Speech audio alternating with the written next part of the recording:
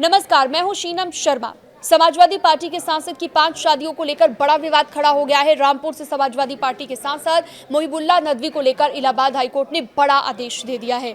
Court ने उनका पत्नी रुमाना से चल रहे वैवाहिक विवाद को न्यायालय के मध्यस्थता केंद्र के जरिए निपटाने को कहा है और इसके लिए 3 महीने का वक्त भी दिया है। उनकी पत्नी रुमाना ने मुकदमा दर्ज करवाते हुए कहा है कि उनका निकाह 22 अक्टूबर 2012 को मोहिबुल्लाह से हुआ था और वो रामपुर के स्वार के रजानगर के रहने वाले हैं। शादी के बाद उन्हें पता चला कि मोहिबुल्लाह के पहले भी 3 निकाह हो चुके थे।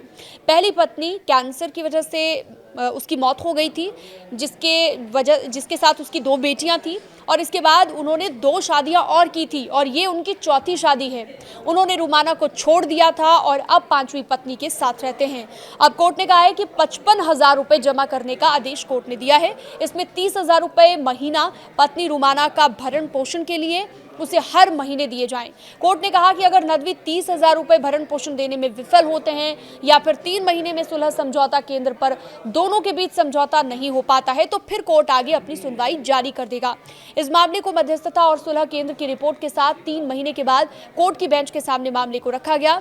दरअसल नदवी राशि को जमा करने या फिर भरण पोषण की वर्तमान राशि को भुगतान करने में विफल अगर रहते हैं तो मध्यस्थता विफल हो जाती है तो अंतरिम आदेश समाप्त हो जाएगा। रुमाना के साथ उनकी चौथी शादी थी, जो कि जानकारी निकलकर सामने आई है। मारपीट, दहेज, उत्पीड़न का भी कई मामला यहाँ पर बीच में दर्ज हो चुका था और 12 साल का बेटा है उन्हें रुहाना से। और सपा सांसद ने यह भी कहा कि मामला कोर्ट में विचाराधीन है, इसलिए इस पर वो कुछ भी नहीं अभी बोलेंगे।